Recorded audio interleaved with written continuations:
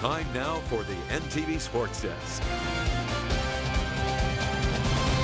We are quickly approaching history in the NSAA. The Girls Wrestling State Championships, the first associated with the NSAA, are coming up faster than you can say takedown.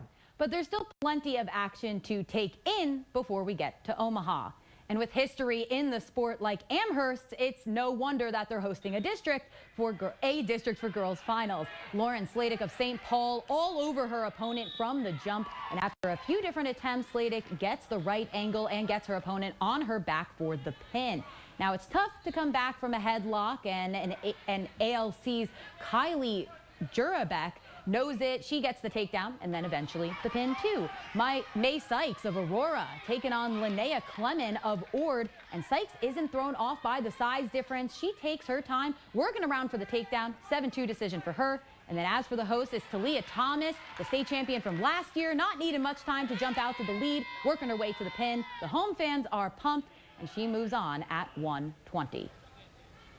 Elsewhere on the girls' district circuit, we head on out to the home of the Swedes for District 3 action. Sydney Brown of Overton in 126 on the mat. Brown with her opponent on her back, earning herself the back points just before the clock runs out. Also in 126, Karen Santoyo wrestling for Lexington. Her opponent had her at first, but Santoyo was going to come out on top for the Finn, reverses her. Oh, what a double entendre there. Hey, we've got one more in the 126-pound class. Minden's Elena Osterberg fighting all the way to the third before earning herself a win by pinfall. And in 132, Sarah Klein of Centura, she's taking in the mat and getting right to work. She gets the takedown for 2, eventually goes on to pin her opponent for the win. Day 2 action going to be taking place in that one tomorrow. District wrestling returns to high schools all around central Nebraska with a trip to state less than a week away. You didn't think we'd miss out on all the fun, did you? Grapplers in District B2 battling it out at Aurora. We start at 120 pounds with Gavin Ruff of Northwest putting in quick work to get the pin. He needed just 53 seconds to win and move on. His teammate Roland Murillo holding down those shoulders despite Chance Larson of Plattsmouth flailing around. Murillo pins him in 116 to keep his state hopes alive. Another contender at 132, Aurora's Evan Hermanson. He maintains control over his opponent, but is forced to change his position in order to get the pin.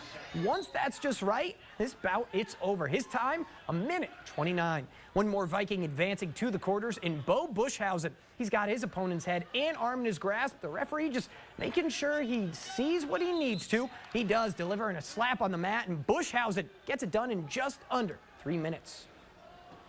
Over in B3, Minden playing host to 11 other schools looking to make it to Omaha. At 126, Braden Court of Hastings in complete control over Cohen Dye of York. He rotates to get the takedown, goes on to get the major decision.